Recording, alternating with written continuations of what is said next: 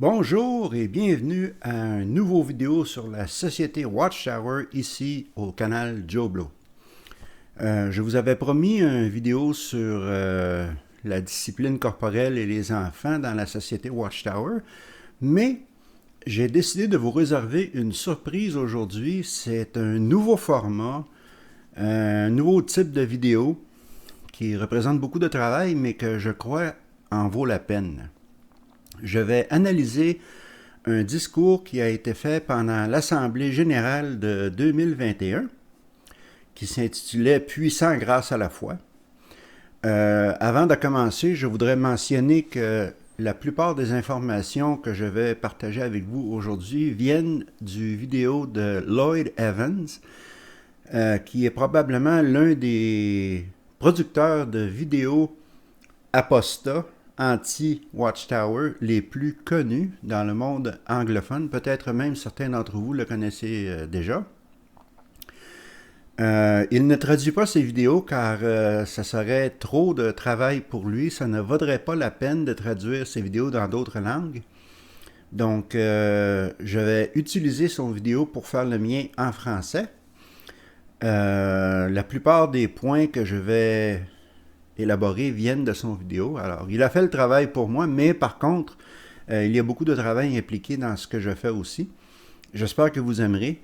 J'ai déniché la version francophone du discours de David Splane, qui est membre du Collège central. Le discours s'intitulait « Livrer un dur combat pour la foi ». Il y a quelques erreurs dans la traduction que jw.org a fait.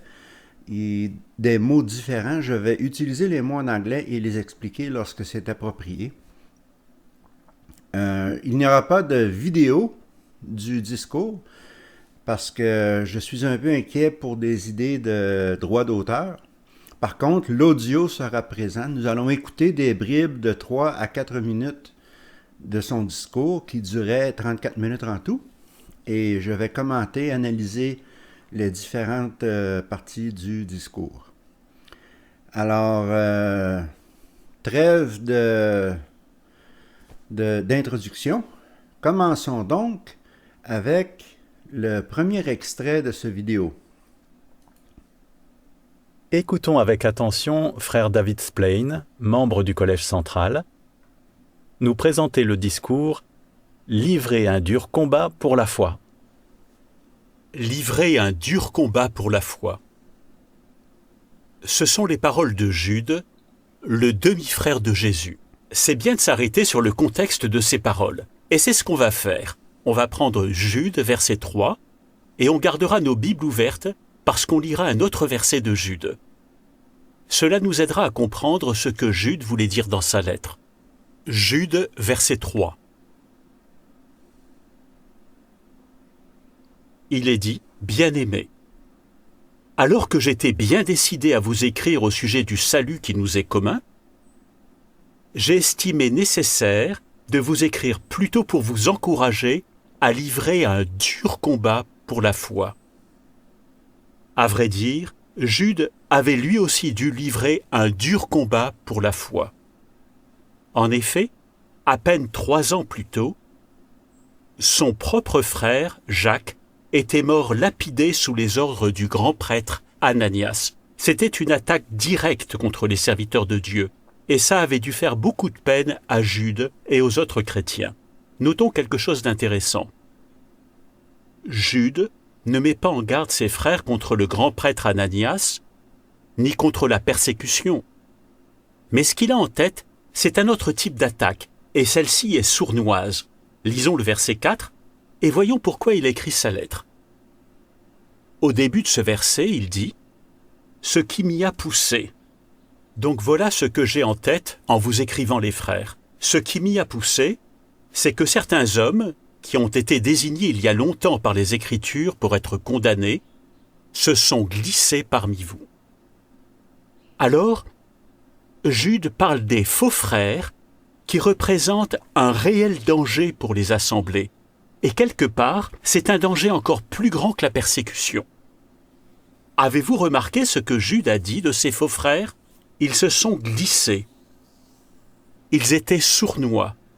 C'était le cas à l'époque et c'est encore vrai aujourd'hui, comme on va le voir. Vous savez, c'est un sujet préoccupant dont on va discuter aujourd'hui. Est-ce que c'est à cause de la persécution que l'Assemblée chrétienne a disparu au IIe et au IIIe siècle? Pas du tout. Ce qui l'a fait disparaître, ce sont les faux frères et les enseignements apostats. Donc Satan peut utiliser les attaques directes. Il peut utiliser la persécution pour affaiblir ou pour saper la structure de l'Assemblée chrétienne. Mais parfois, il essaie de corrompre l'Assemblée de l'intérieur par un moyen sournois. Dans tous les cas, nous devons nous battre. C'est notre foi qui est en jeu, et ça vaut la peine de se battre pour elle. C'est un cadeau de Jéhovah.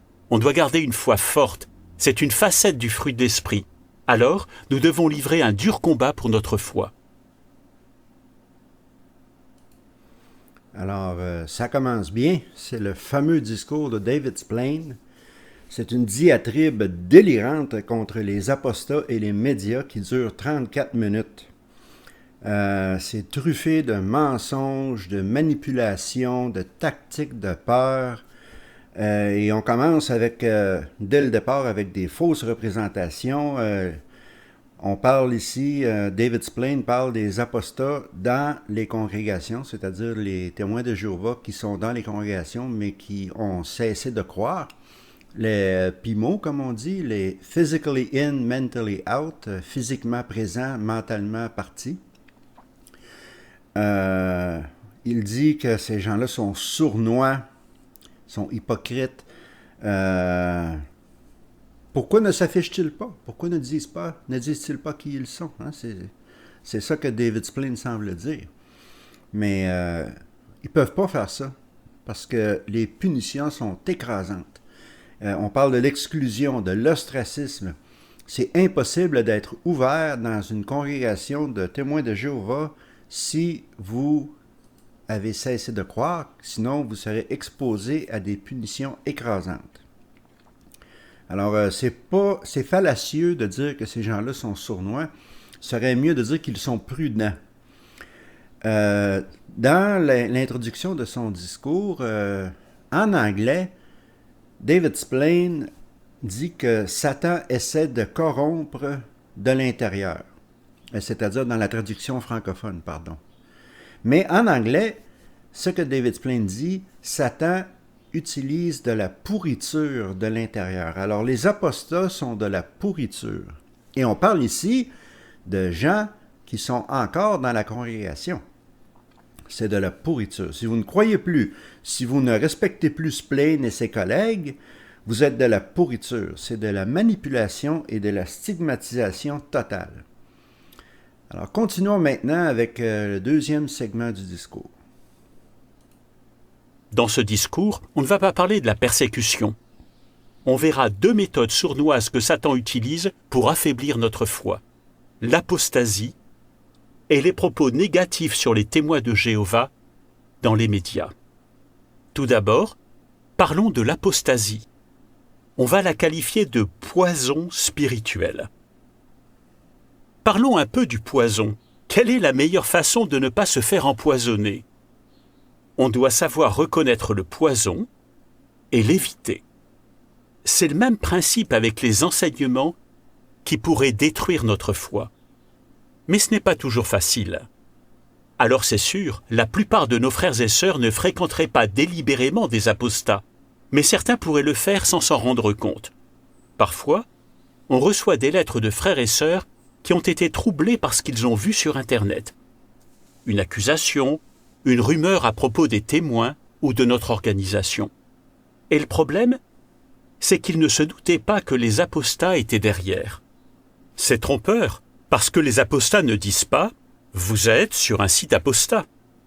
Souvent, ils se font passer pour des témoins sincères qui se posent juste des questions ou qui ont des doutes. Et sans être pour autant apostats, certains peuvent faire autant de dégâts que les apostats par leurs propos négatifs ou critiques. Alors, nous devons faire très attention.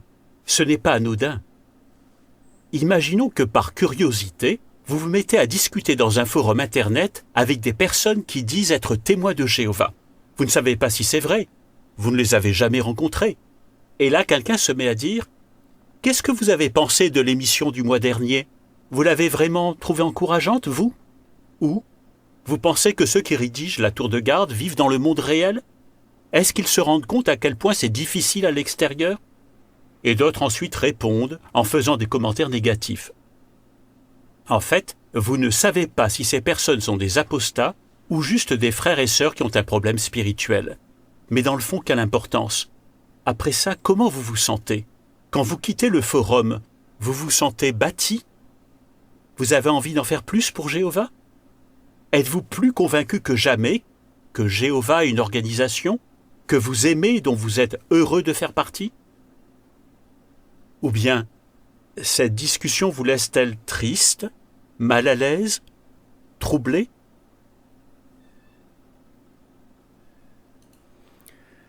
Nous avons ici un appel direct aux émotions. Alors, c'est pas important si les critiques contre la Watchtower sont justifiées. Comment vous sentez-vous lorsque vous les entendez? Est-ce que vous vous sentez mal à l'aise? Est-ce que ça vous fait vous sentir triste? Si oui, il faut les éviter. C'est du poison spirituel. Alors, les apostats sont sournois. Ils sont de la pourriture et maintenant, ils sont du poison. Je commence à très bien me sentir. On voit que le culte des témoins de Jéhovah et de la Watchtower, surtout, est une organisation qui a beaucoup de mal à accepter les critiques, ne serait-ce que les plus petites. Alors, les exemples qu'on donne, que David Splain donne ici, est-ce que les émissions mensuelles n'ont pas été encourageantes? Est-ce que les auteurs de la tour de garde vivent dans le vrai monde? Alors, c'est des critiques mineures, ça là, c'est pas de la grosse affaire. On pourrait parler des transfusions sanguines, on pourrait parler de la pédophilie cachée, mais les exemples sont mineurs. Et même ceux-là sont décrits comme étant du poison spirituel à éviter à tout prix. Il mentionne aussi que les apostats ne s'affichent pas, ils ne disent pas « Vous êtes maintenant sur un site web, Internet, des apostats, des témoins de Jéhovah. » Moi, qu'est-ce que je fais? Je suis pas mal ouvert sur mes objectifs et toutes les chaînes anti-Watchtower que j'ai vues jusqu'à maintenant, que ce soit en français ou en anglais, sont pas mal ouvertes sur leurs objectifs aussi. On se fait pas passer pour des témoins de Jéhovah. C'est pas notre procédure, c'est pas comme ça qu'on fonctionne. Alors encore là, une fausse représentation de la part de David Splain. Continuons avec le prochain extrait du discours. Quelqu'un dira peut-être « Je dois rester sur ce forum pour aider ces personnes ». Non, ce n'est pas une bonne idée. Même s'ils ne sont pas apostats, parler avec eux n'apportera rien de bon. Rester sur ce forum pour aider quelqu'un, c'est comme tenir sa main pendant qu'il boit du poison et ensuite en prendre aussi par solidarité.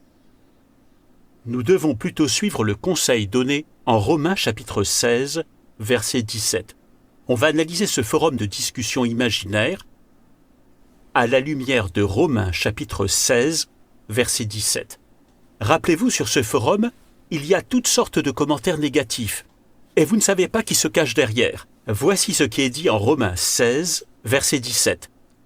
« Or, je vous encourage, frères, à avoir l'œil sur ceux qui créent des divisions et des situations qui font trébucher, chose contraire à l'enseignement que vous avez appris, et évitez-les. » Analysons ce forum. Est-ce qu'il crée des divisions? Oui. Est-ce qu'il peut faire trébucher? Sans doute. Est-ce qu'il est contraire à ce que nous avons appris? La question se pose même pas. Que ce soit voulu ou non, l'effet sera d'affaiblir notre foi. Alors qu'est-ce que Paul nous dit de faire à la fin du verset 17? Il dit « Évitez-les ». Maintenant, j'aimerais faire un petit rappel à ceux qui s'expriment sur ce genre de forum. Peut-être qu'il y a des choses qui vous laissent perplexes dans votre assemblée, ou bien vous ne comprenez pas certaines décisions que les anciens ont prises, et du coup, vous allez sur ce forum de discussion, vous écrivez à propos de tout ça, vous exprimez vos frustrations, et après ça, vous vous sentez beaucoup mieux. Mais avez-vous pensé aux autres? Qu'est-ce qu'ils ressentent?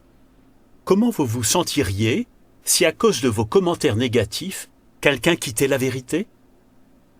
Je sais que ce n'est pas ce que vous voulez, alors je vous en prie, faites attention à ce que vous dites. Peut-être que quelqu'un dira « Bon, je vois où il veut en venir avec ses mises en garde contre les apostats, mais ça ne s'applique pas à moi.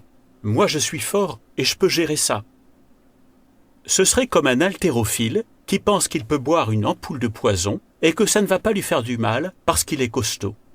Personne n'est assez fort, assez spirituel ou assez intelligent pour empêcher les apostats d'empoisonner sa spiritualité.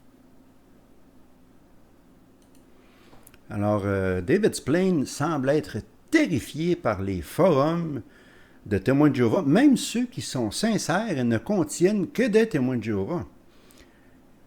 Pourquoi cette peur? Pourquoi cette terreur apparente envers ces forums? Parce que lui et ses 7 collègues du Collège central refusent d'accepter qu'il y ait un endroit où ils n'ont pas le contrôle absolu. C'est du narcissisme et de l'arrogance totale de la part du Collège central, les 8 vieux bonhommes, comme j'aime les appeler. Il mentionne que personne n'est assez fort, spirituel ou intelligent pour empêcher les apostats de les empoisonner. Alors quel mépris, quelle condescendance envers les millions de témoins de Jéhovah à travers le monde. Alors ce discours avance bien, on va maintenant passer au prochain segment. Mais parfois, on pourrait se sentir obligé de lire des articles écrits par des apostats. Imaginez ce scénario. Le mari d'une de vos étudiantes lui envoie un lien vers un site internet apostat. Il lui dit « Tu ferais bien de regarder ça pour voir dans quoi tu vas rentrer. » Votre étudiante est troublée et elle veut que vous y jetiez un œil.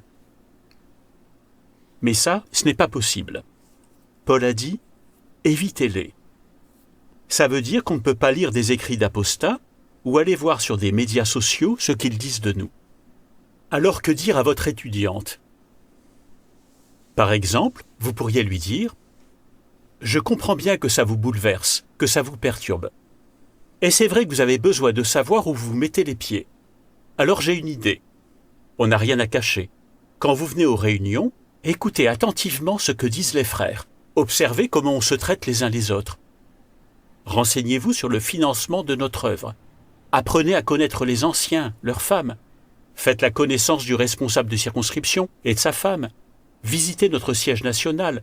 Je viendrai avec vous, je vous aiderai. C'est important que vous connaissiez bien notre organisation. Et si vous faites ça, je suis sûr que vous vous rendrez compte que ce que les gens disent à propos de nous est faux. Peut-être que vous penserez à une meilleure réponse, mais vous avez compris l'idée. Est-ce que vous avez une meilleure réponse? Eh bien oui, moi, David Splane, j'ai une meilleure réponse. Voici ce que ce frère hypothétique pourrait dire à son étudiant. Regardons ces arguments. Décortiquons-les et je vais te prouver que ma religion est vraie et que ces arguments sont faux. Si c'est la vérité, aucun argument ne peut tenir contre elle. Mais non. David Splane leur dit de se boucher les oreilles et de se taper les yeux. Il dit à la fin, « Je suis sûr que vous vous rendrez compte que ce que les gens disent à propos de nous est faux. » Si les gens n'écoutent rien et ne voient rien, ne lisent rien, comment peuvent-ils savoir si c'est faux ou non? Ça n'a pas de sens, qu'est-ce que David Splane dit. C'est ridicule. Alors, suivons avec le prochain segment du vidéo. Quelques gouttes de poison dans une boisson suffisent à faire des dégâts. Et souvent, les apostats mélangent quelques vérités avec des mensonges. Vous vous souvenez d'Éliphaz, un des faux consolateurs? Il a dit des choses vraies. Prenons Job, chapitre 5, verset 13. Job, chapitre 5, je vous laisse le chercher, verset 13. Regardez si ce qu'il dit vous rappelle quelque chose. il attrape les sages à leur propre ruse, de sorte que les plans des astucieux sont contrecarrés. Il attrape les sages à leur propre ruse. Ça vous dit quelque chose? Oui, l'apôtre Paul a dit exactement la même chose en 1 Corinthiens 3, verset 19. En fait, si vous regardez le verset de Job, on a un renvoi vers 1 Corinthiens 3, verset 19. Paul cite peut-être même Éliphaz. Donc ça, c'était vrai. Mais qu'est-ce que Jéhovah pensait de tout ce qu'Éliphaz a dit? Prenons Job 42, verset 7, et voyons ce que Jéhovah pensait. Job 42, verset 7. Après que Jéhovah eut fini de parler à Job, Jéhovah dit à Éliphaz le Thémanite, « Ma colère brûle contre tes 2 compagnons et toi, parce que, contrairement à mon serviteur Job, vous n'avez pas dit la vérité à mon sujet. Quelques graines de vérité étaient mélangées à des mensonges, et au moins une partie de ce qu'Éliphaz a dit était inspirée par des démons. Comment le sait-on? Il l'a dit lui-même. Prenons Job 4, versets 15 à 17. Vous allez voir, c'est vraiment intéressant. Job 4, versets 15 à 17. Éliphaz dit, « Un esprit est passé sur mon visage, mes poils se sont hérissés, puis il s'est immobilisé. Mais je n'ai pas reconnu son aspect. » Arrêtons-nous une seconde. Je n'ai pas reconnu son aspect. Donc il ne savait pas à qui il parlait. Exactement comme sur un forum de discussion où on ne sait pas à qui on parle. Poursuivons. Il ajoute, « Une forme était devant mes yeux. Il y a eu un silence, puis j'ai entendu une voix qui disait, « Un mortel peut-il être plus juste que Dieu? Un homme peut-il être plus pur que celui qui l'a fait? » Ça vous surprend qu'un démon s'invite dans le débat entre Job et les faux consolateurs? Ça ne devrait pas. Ce n'était pas un petit débat. L'enjeu était grand. Satan avait provoqué Jéhovah devant tous les anges en disant qu'aucun homme ne resterait intègre dans l'épreuve. Ce démon utilisait Éliphaz pour démoraliser Job et affaiblir sa foi. Job devait se battre pour défendre sa foi et c'est bien ce qu'il a fait. Les apostats sont plus actifs dans certains endroits que dans d'autres. Si c'est ce qui se passe dans votre région, les personnes du territoire les écoutent peut-être et vous ressortent leurs arguments quand vous leur prêchez. Comment devriez-vous réagir? N'entrez pas en polémique avec les apostats. Ne lisez pas leurs commentaires. Demandez aux anciens ou à d'autres prédicateurs expérimentés comment ils répondraient aux personnes du territoire. Alors, d'après David Splain, les apostats mélangent quelques vérités avec leurs mensonges. Donnez-nous des exemples, Splain. On veut des exemples, ne serait-ce que le plus petit exemple. Mais pendant tout le discours, il n'y a pas un seul exemple de mensonge apostat. Par contre, si je commençais à parler de tous les mensonges que la société Watchtower fait, ce vidéo durerait des heures.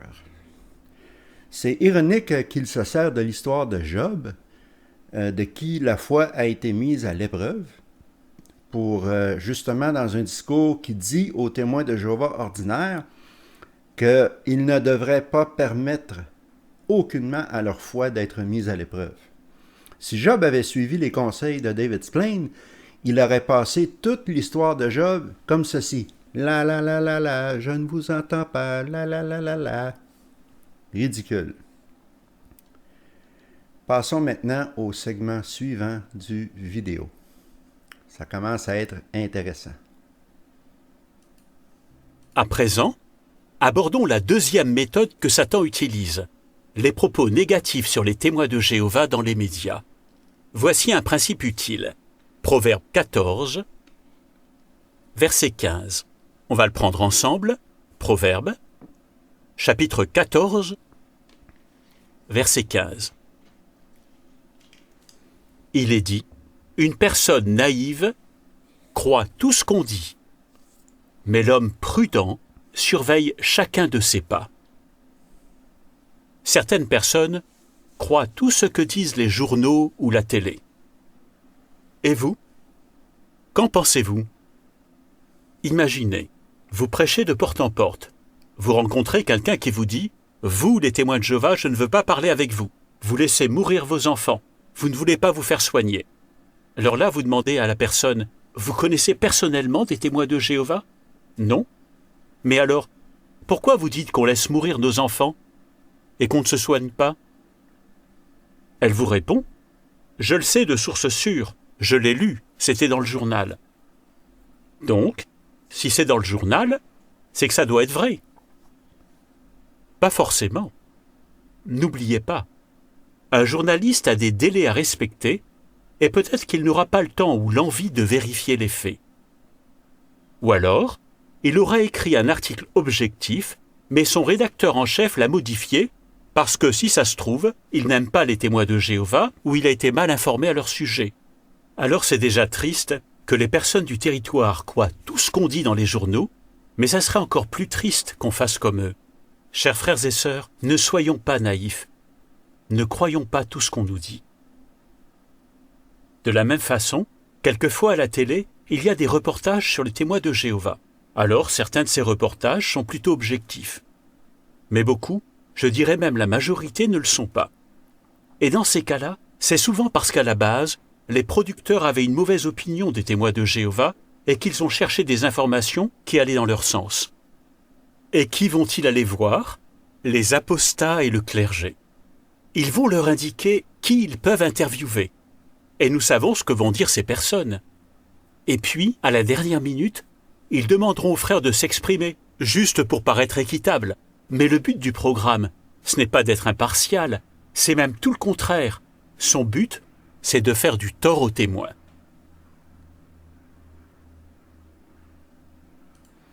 Alors voici l'imitation de David Spillane de Donald Trump quand il crie « Fake news » ou « fausse nouvelle ». N'importe quel article ou émission de télé ou de radio qui a quoi que ce soit de moindrement négatif à dire sur la société Watchtower doit être évité, ignoré car c'est sûrement faux.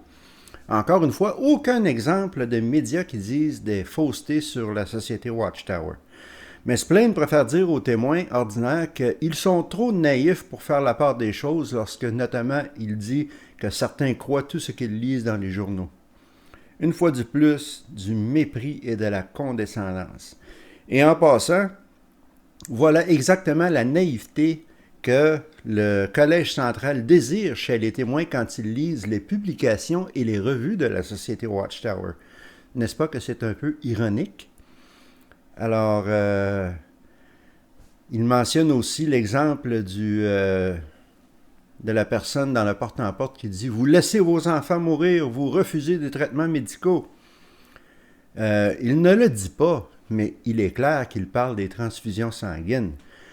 Si vous êtes un témoin de Jéhovah qui regarde mon vidéo, je me vois obligé de vous poser la question « N'est-ce pas vrai que vous laissez vos enfants mourir s'ils ont besoin d'une transfusion sanguine? N'est-ce pas vrai que vous refusez ce traitement médical? »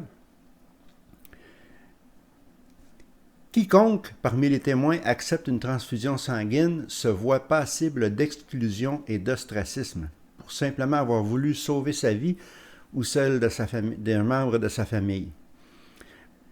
Spillane donne l'impression que les médias disent que les témoins refusent tous les traitements médicaux et que les témoins laissent toujours leurs enfants mourir. C'est de l'hypocrisie, du mensonge et de la manipulation de haut degré. Ironiquement, c'est digne de l'image qu'il donne des apostats. Alors, continuons maintenant avec le segment suivant de ce discours passionnant. Alors soyons clairs. Certaines agences de presse sont très sérieuses dans leurs reportages. Elles tiennent vraiment à laisser s'exprimer les deux parties. Elles diront même des choses positives sur nous. Mais ça a un prix. Quand un journal publie quelque chose de positif sur nous, des chefs religieux se plaignent ainsi. Nos paroissiens sont exaspérés. Ils sont abonnés à votre journal, mais ce n'est pas pour lire des choses positives sur les témoins de Jéhovah. Autrement dit, si ça se reproduit, vous allez perdre des lecteurs. Quand on y réfléchit, le peuple de Jéhovah a toujours fait l'objet de propos malveillants. Ce n'est pas nouveau. Souvenez-vous de l'époque de la reine Esther. Aman fait ce rapport négatif au roi Assuérus. Les Juifs n'obéissent pas à nos lois. Ils sont une menace pour la société. Est-ce que Assuérus vérifie les faits? Est-ce qu'il réclame des preuves? Non. Assuérus est naïf. Il se laisse facilement duper par Aman. Il y a beaucoup d'Aman modernes aujourd'hui, et ils utilisent des méthodes similaires. Du coup, les autorités se laissent duper. Elles croient les accusations mensongères des apostats, mais si elles prenaient simplement le temps de vérifier les faits, elles verraient qu'on leur ment, mais elles ne vérifient pas les faits. Frères et sœurs, c'est déjà dommage que des autorités se laissent duper par des rapports mensongers, mais vous, ne vous laissez pas tromper. Vous avez déjà entendu parler de l'expression « procès médiatique » ? Voilà comment ça marche. Quelqu'un est accusé d'un crime et l'affaire est très médiatisée. Et vu comment les choses sont présentées dans la presse, tout le monde pense que cette personne est coupable. Alors bien sûr, pour éviter d'être poursuivi pour diffamation, les médias font attention aux mots qu'ils choisissent. Donc on doit bien comprendre comment ils fonctionnent. Voici un principe à retenir. Job, chapitre 12, verset 11. C'est impressionnant de voir combien de principes on peut tirer du livre de Job dans ce discours. Job, chapitre 12, et au verset 11, c'est Job qui parle. Il dit « L'oreille n'évalue-t-elle pas les paroles, comme la langue goûte la nourriture? L'oreille n'évalue-t-elle pas les paroles ?» Est-ce que ça veut dire que si des apostats s'expriment dans une émission à la télé, on doit la regarder pour évaluer ou pour voir si ce qu'ils disent est vrai? Non. Ce verset montre que nous devons nous demander qui parle. Si ce sont des apostats, pourquoi est-ce qu'on les croirait? Prenons un exemple. Vous avez une bouteille sur votre étagère avec une étiquette « poison ». Est-ce que vous avez besoin d'en prendre une gorgée pour voir si c'est vraiment du poison? Non, vous croyez ce que dit l'étiquette.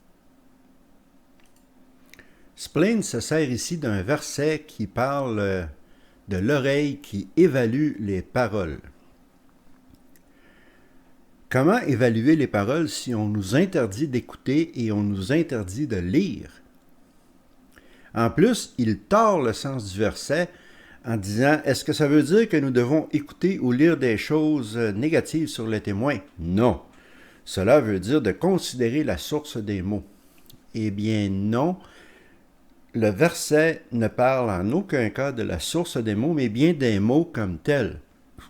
Alors il fait même dire à la Bible ce qu'elle ne dit pas. En ce qui concerne laisser s'exprimer les deux parties, ma question est la suivante, David Splain.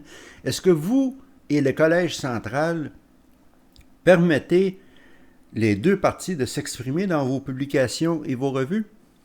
Ou bien prenez-vous plutôt des mesures extrêmes pour empêcher les témoins de savoir ce que les deux parties disent? Accuser les médias de ne pas exprimer les deux parties relève de la plus grande hypocrisie.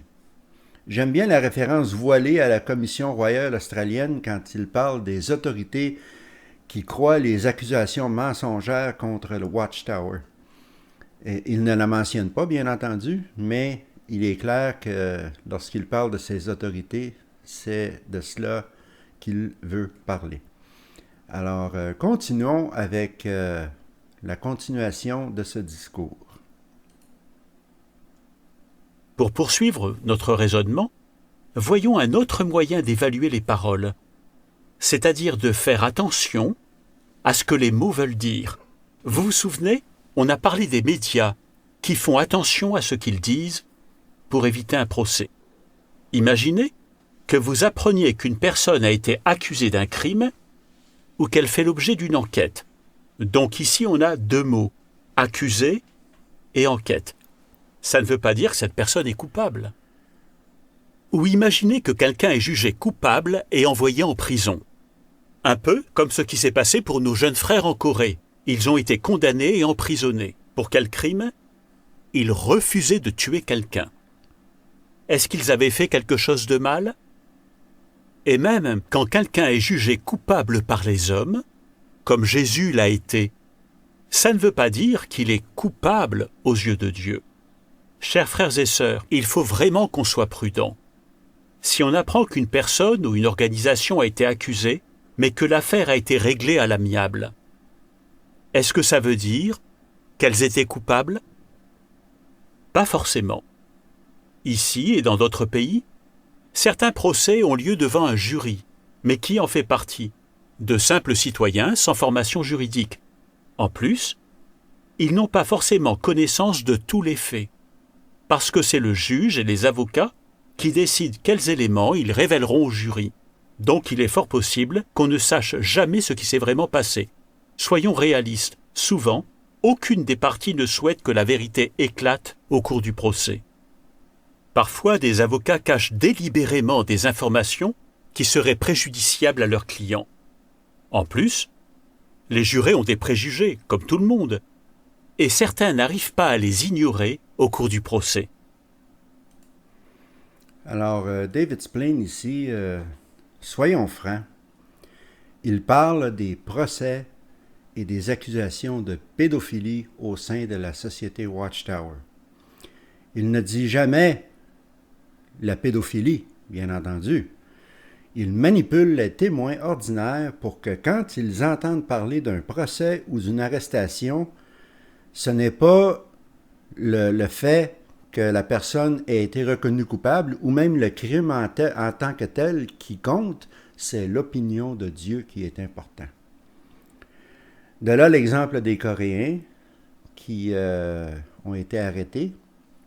Alors, une comparaison boiteuse, s'il en est une, objection religieuse au service militaire versus pédophilie. C'est honteux. Alors, certains d'entre vous vont peut-être dire, ben là, Joe, tu sautes aux conclusions, il ne parle pas nécessairement des procès contre la pédophilie, mais au fur et à mesure que le discours va continuer et que nous entendrons d'autres extraits, vous allez vous apercevoir que c'est effectivement cela dont il parle, même s'il ne le mentionne jamais ouvertement.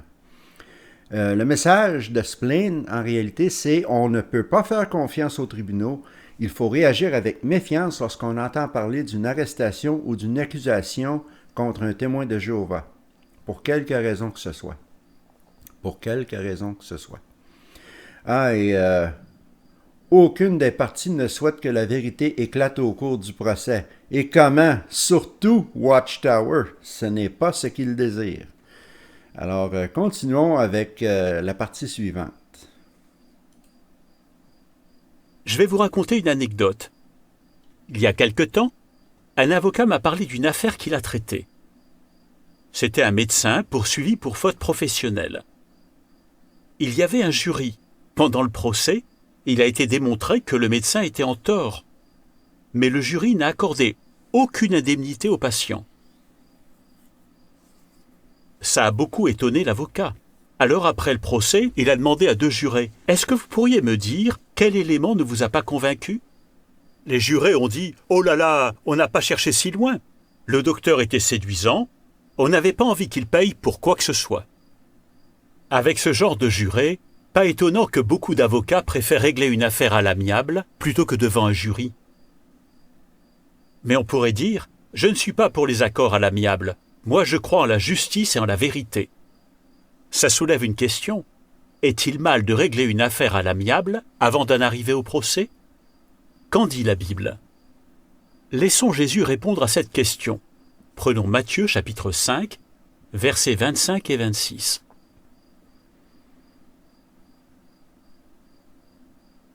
C'est intéressant de voir que parmi tout ce que Jésus a enseigné, il a aussi parlé de cette situation. Matthieu, chapitre 5, versets 25 et 26.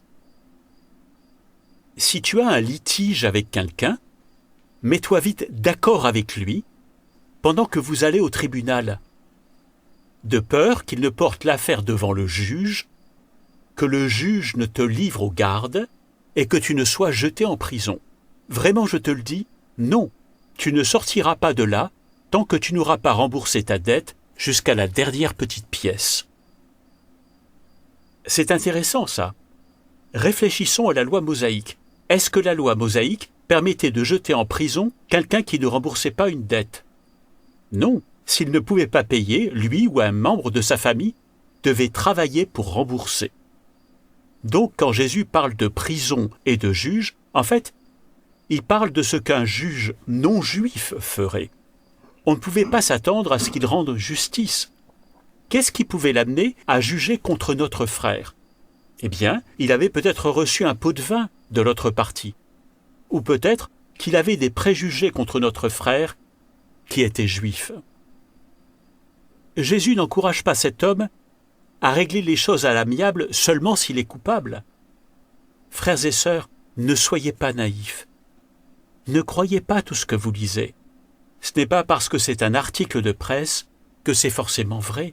Ça reste l'opinion de celui qui l'a écrit, et il peut se tromper. Les producteurs de télévision ont leurs propres objectifs, leurs préjugés et leurs opinions.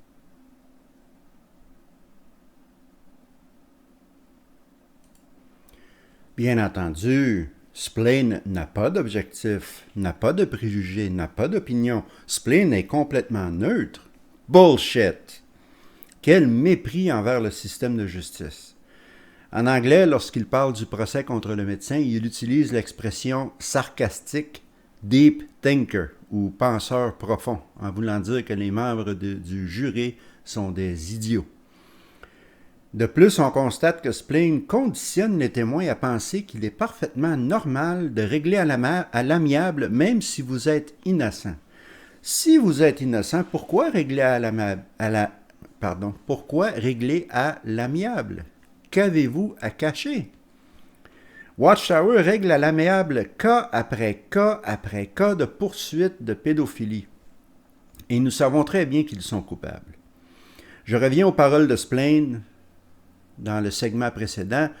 Aucune des parties ne souhaite que la vérité éclate dans le procès.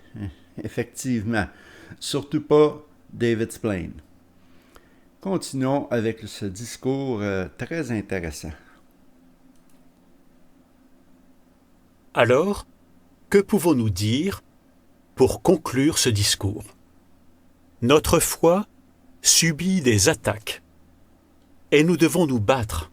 Jéhovah nous donne de quoi combattre, par exemple, de bonnes fréquentations. Mais Satan veut nous en éloigner. Il va essayer d'affaiblir notre foi en nous poussant à avoir des mauvaises fréquentations sans qu'on s'en rende compte.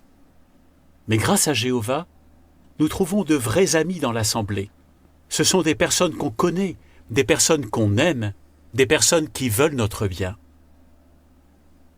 Gardons à l'esprit le principe qu'on trouve en Proverbe 13, verset 20.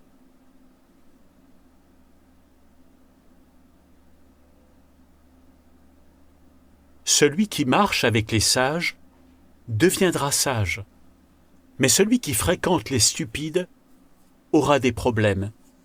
Vous connaissez les membres de votre assemblée. Vous savez qu'ils sont sages. Vous savez qu'ils veulent ce qu'il y a de mieux pour vous. Mais si vous allez sur un forum, vous ne saurez pas si vous marchez avec des personnes sages, du moins pas au début. Alors soyez prudents. Si la conversation devient négative, partez. C'est Satan qui est derrière les enseignements tordus des apostats. Il est le père du mensonge. Et ceux qui mentent font exactement comme Satan leur père. Les apostats n'ont rien à nous offrir, frères et sœurs. Tout ce qu'ils ont à nous offrir, c'est de la haine, de la critique et des propos négatifs. Mais au contraire, avec ceux qui aiment Jéhovah, on s'affermit les uns les autres. Donc, Jéhovah nous donne des amitiés saines qui nous font du bien. Et aussi, il nous donne sa parole de vérité. Une connaissance exacte de la vérité est la meilleure arme contre l'apostasie. Lisez la Bible chaque jour et méditez-la. Prêtez attention aux mots et à ce qu'ils veulent dire. Alors, quelle basse opinion, quelle condescendance au sujet de la foi des témoins ordinaires. Si la conversation devient négative, partez! Autrement dit, vous n'avez pas la force de résister. Si c'est la vérité, si Watchtower détient la vérité, pourquoi avoir si peur des critiques même mineures? Des personnes qu'on connaît, qui veulent notre bien. Peut-être en général, mais le fait que Watchtower a une banque de données avec des milliers de noms de pédophiles qu'il garde secrètes montre justement qu'on ne connaît pas nécessairement tout le monde dans les congrégations et que ce n'est pas tout le monde dans les congrégations qui ont nos intérêts à cœur. En ce qui concerne l'amour dans les congrégations, vous verrez cet amour s'évaporer très vite si vous avez le malheur de commettre la moindre incartade. C'est un amour conditionnel. Spleen a le culot de dire que les apostats n'ont rien à offrir sauf la haine, les critiques et les propos négatifs. Eh bien, moi, je vous le demande, chers auditeurs, qu'avons-nous, moi et les autres apostats qui produisons des vidéos sur ce sujet, qu'avons-nous à offrir? La liberté de penser, le droit de gérer votre vie comme bon vous semble et de ne pas laisser des cultistes comme Spleen vous dicter votre vie entière jusqu'aux plus petits détails. David Spleen le sait, il sait cela, et il en est terrifié. La peur de perdre le contrôle est palpable tout le long de ce discours. Je suis aussi offensé par cette accusation de haine. Dans tous mes vidéos, je n'ai jamais colporté de haine, je ne hais pas les témoins. Au contraire, je les considère comme des victimes du Collège central qui, eux, sont ma véritable cible. Je ne les cible pas par haine, mais par désir d'aider les gens à se défaire de leur endoctrination. Je ne hais pas le Collège central non plus. Je les méprise, oui. Je n'ai aucun respect pour eux, c'est vrai. Mais je ne les hais pas. C'est un mot très lourd, le mot haine, et je crois qu'il est mal utilisé ici. Dans le cas de la vaste majorité des apostats, il n'y a pas de haine. Il n'y a que de la colère, du mépris, mais pas de haine. Ce discours montre que en anglais, excusez-moi, je me suis trompé. On va passer maintenant au segment suivant et la conclusion de ce vidéo de David Spleen, de ce discours. Soyez comme les Béréens dont parle Actes, chapitre 17. Les frères s'empressèrent d'envoyer de nuit Paul et Silas à Bérée. À leur arrivée, ceux-ci entrèrent dans la synagogue des Juifs. Les Juifs de Bérée avaient des sentiments plus nobles que ceux de Thessalonique, car ils accueillirent la parole avec le plus grand empressement, examinant soigneusement les Écritures chaque jour. Pour vérifier que ce qu'on leur disait était exact. Ici, Paul compare les Béréens aux Thessaloniciens. Qu'est-ce qu'on sait des Thessaloniciens? Ils n'avaient pas YouTube à l'époque, mais à un moment donné, ils ont entendu une rumeur qui disait que le jour de Jéhovah était arrivé. Qui était à l'origine de cette rumeur? Un apostat? Peut-être. Ou alors quelqu'un qui avait simplement entendu cette rumeur et l'avait répétée sans la vérifier.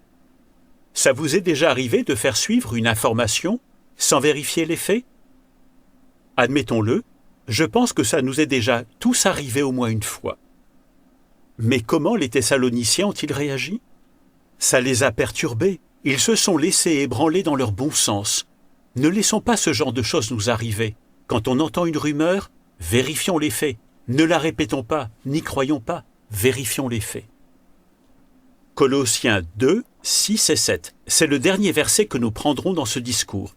Ici, Paul explique comment ne pas nous laisser rapidement ébranler dans notre bon sens. Lisons ce dernier verset. Colossiens chapitre 2, versets 6 et 7.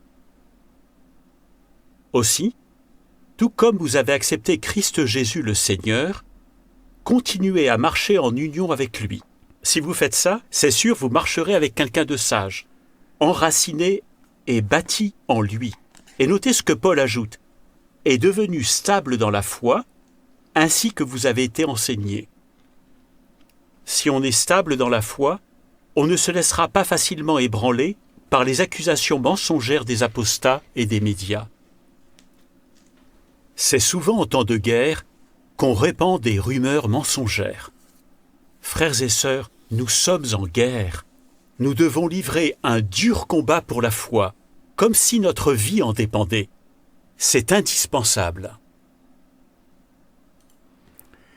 Finalement, la conclusion de ce discours de David Splane. Il termine avec une menace envers la vie des témoins.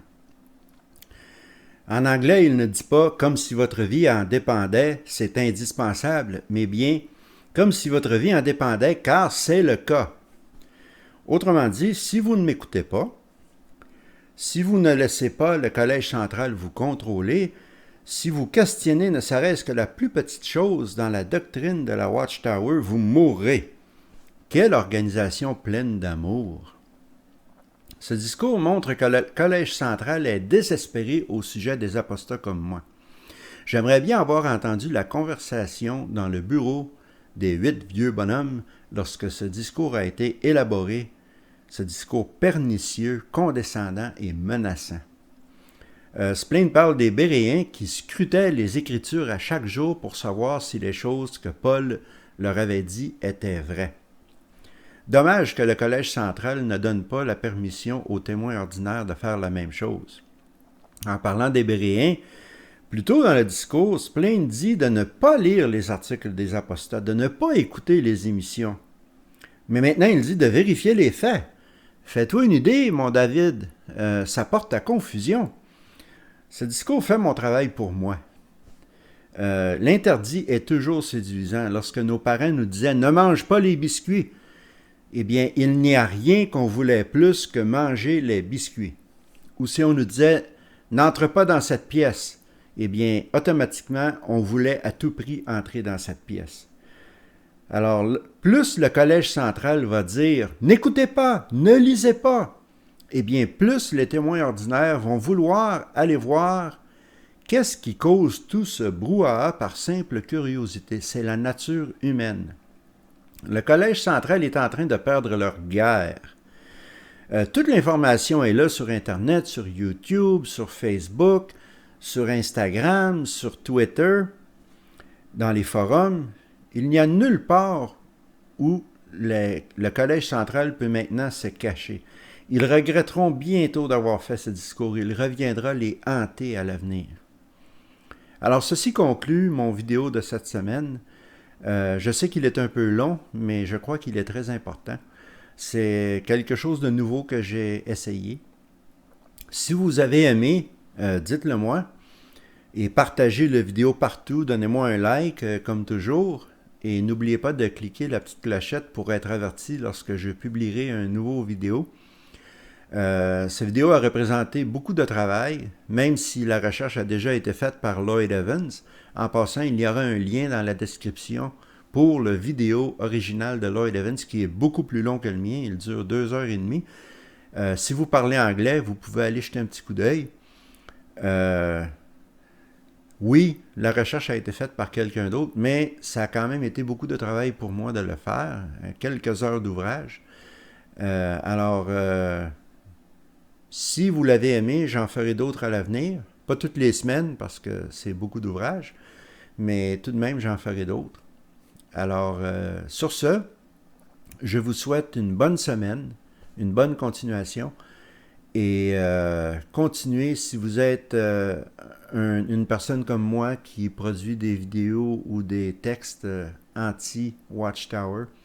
Ne vous laissez pas intimider. On peut très bien voir que le Collège central a les quételles, ils ont peur, ils sont terrifiés. Alors nous allons dans la bonne direction. Laissez-moi vous dire.